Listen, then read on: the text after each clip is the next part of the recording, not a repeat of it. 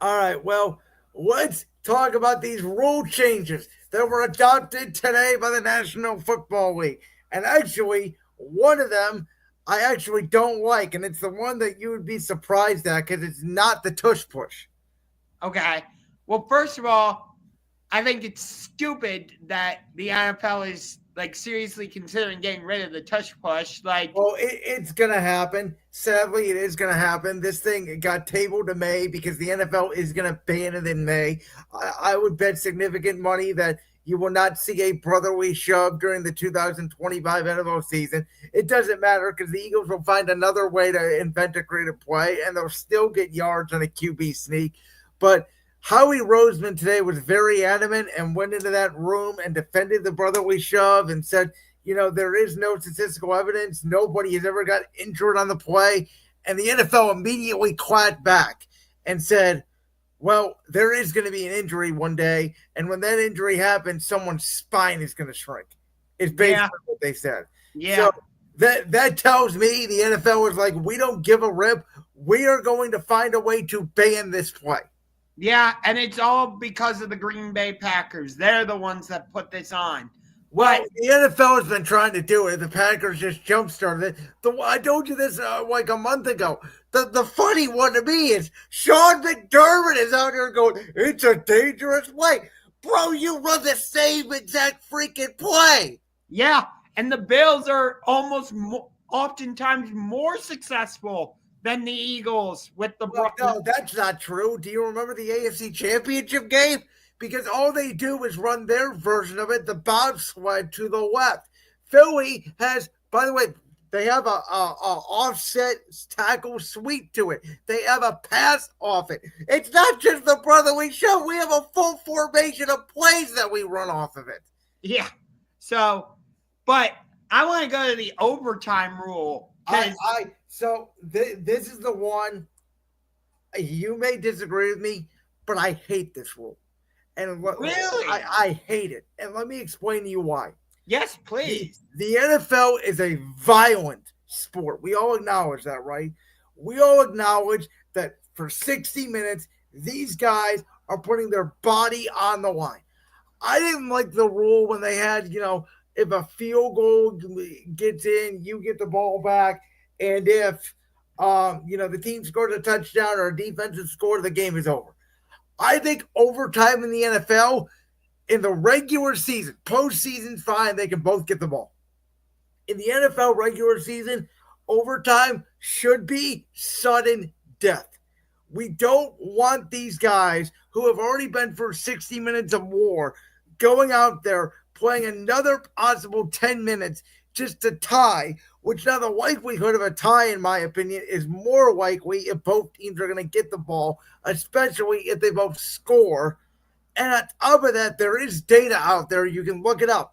Statistically, a team that goes to overtime in the NFL regular season the next week, more often than not, definitely does not cover a spread and, Okay. and loses.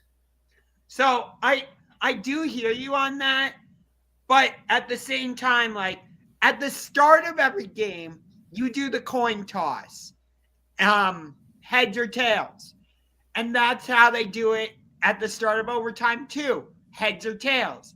Why are you punishing the team that lost the coin toss? Both teams. You're not punishing them. They can make a stop. It's their job. It should be sudden death. I don't want to punish anybody. It feels like you are, though. No, I'm telling the defensive team, make the stop and go score. I think it should be the first team to score.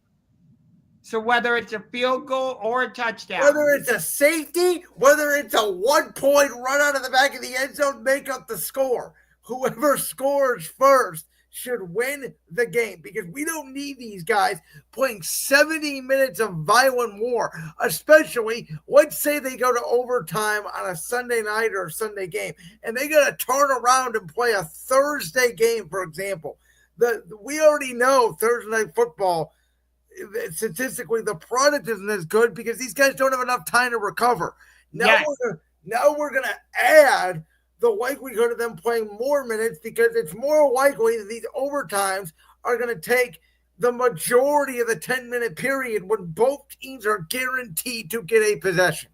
And I do hear you on that. I fully, I'll say it like this. I agree with you about the health and safety aspects of what you're saying. To me, if you did all these changes to potentially ban the tush push, you're changing the kickoff for safety reasons. This to me is a safety hazard.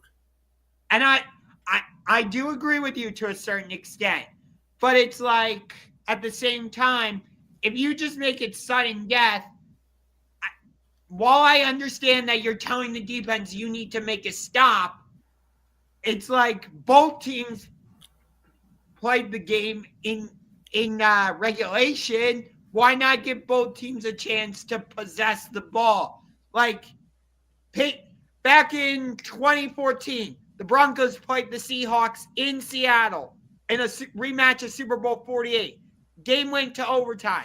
Seattle got the ball first. They drove down the field. Marshawn Lynch scores the game-winning touchdown. Peyton Manning, death, game over. Because Peyton Manning didn't get a chance to touch it because the Broncos.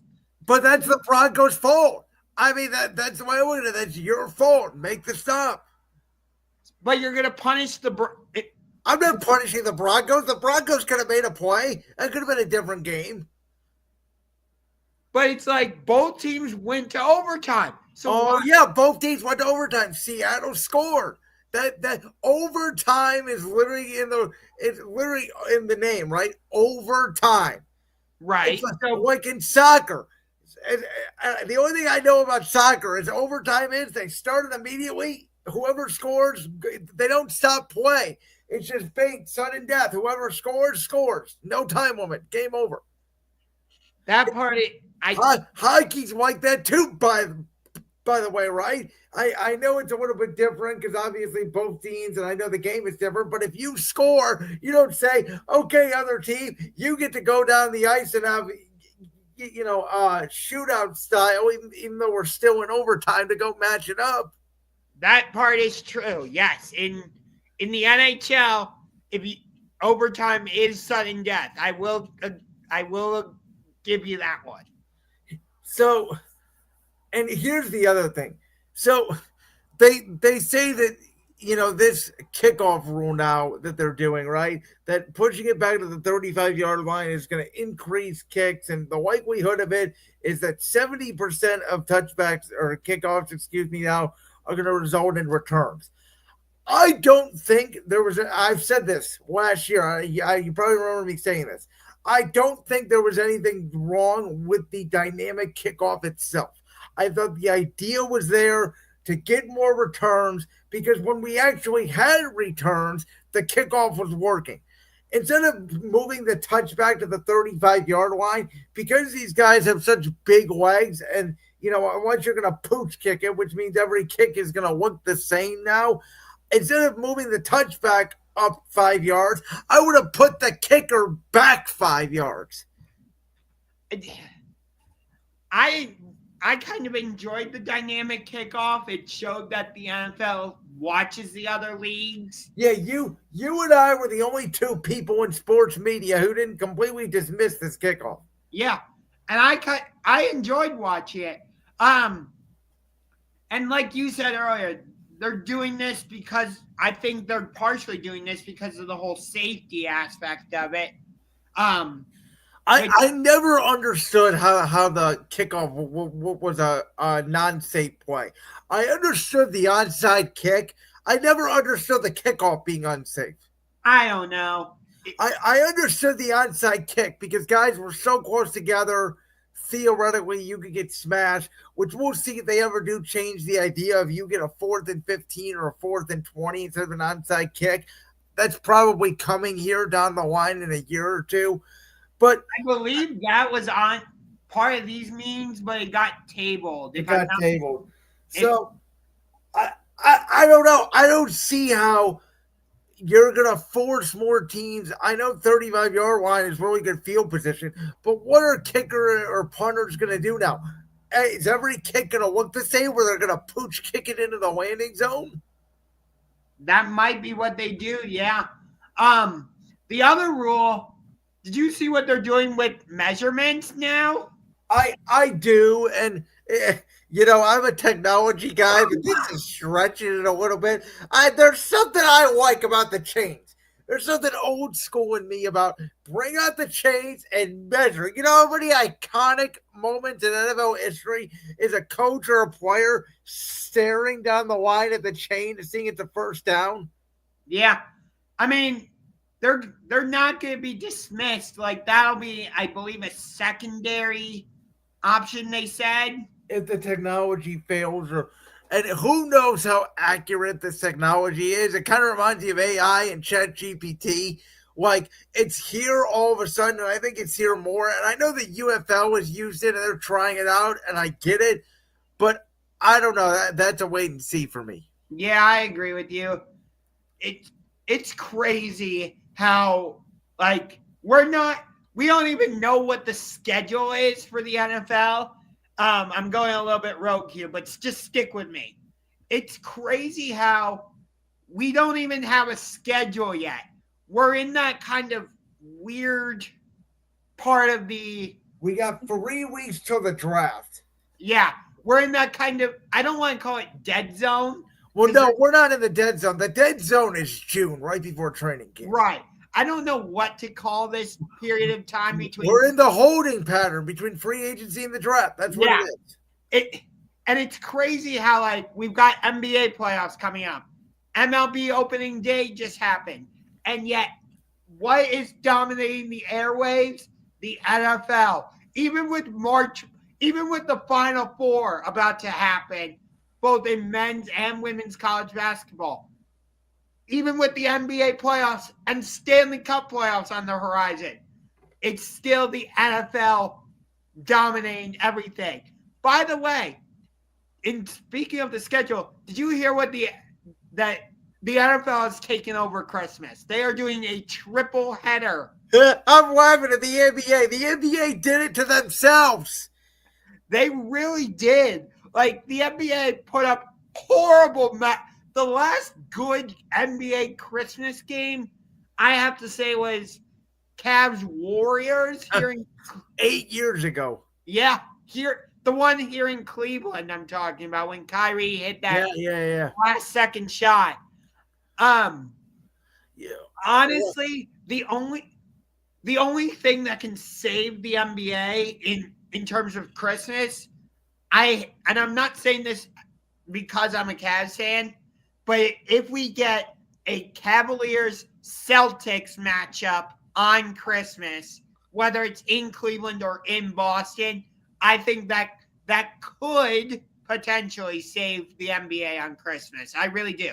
Last thing on the NFL rule change real quick, because I didn't have this one on the topic bar, but this one was tabled. And it was the Lions' proposal of that you reseed the 7 playoff teams based off their record at the end of the season and not automatically award division winners home games. I'm a traditionalist, so I hate that rule. I think NFL divisions are hard. I don't care about the fact the AFC South can be bad or the NFC South is not as good as the NFC North. Every division goes through hot and cold streaks over time. There's always going to be weaker divisions some years and better divisions other years. And to me, the integrity of divisional play would be a little bit compromised if the Vikings this year got the 3 seed and the Bucs got the 7th seed, and they didn't earn home field advantage. It's like, well, outside of winning your division, then what's the point of having a division outside of scheduling? So I don't like the idea. And I hear you on that. So I'm assuming you don't like that about the NBA playoffs. Oh, the NBA has divisions. I couldn't even tell you who's in what division besides our own division because I'm a Cavs fan in the Central. I could care less about divisions in the NBA. They barely exist to me. And that's what I worry about with the NFL if they went to this format. Okay. I wanted to make sure you felt the same way about both of those. So. The NBA could get rid of divisions, and I don't think anybody would notice. I do agree with you because you look at it, I believe the Miami Heat are winning their division. their division, and yet they're in the play-in tournament. And by the way, they may not even make. I mean, they probably will. I haven't looked at fully deep at the 11th seed, but they're probably going to make the tournament. Yeah. But, by the way, I misspoke. It's actually Orlando winning their division, but they're in the play-in tournament. and the other thing is, they're not guaranteed to make the playoffs. You know, if you had, I'm just using it as an example off the top of my head. If you had Cavs, Pacers, Bucks, Bulls, Pistons, Knicks, Celtics, Sixers, like that could be your 8 seed because there is no rule on if you win your division, you're in the playoffs. Yes. By the way, I misspoke again. It's actually Atlanta winning their division. You got that wrong 3 times. I know. But guess what? All 3 are in the play-in tournament. None of them are in the top 6. Exactly my point.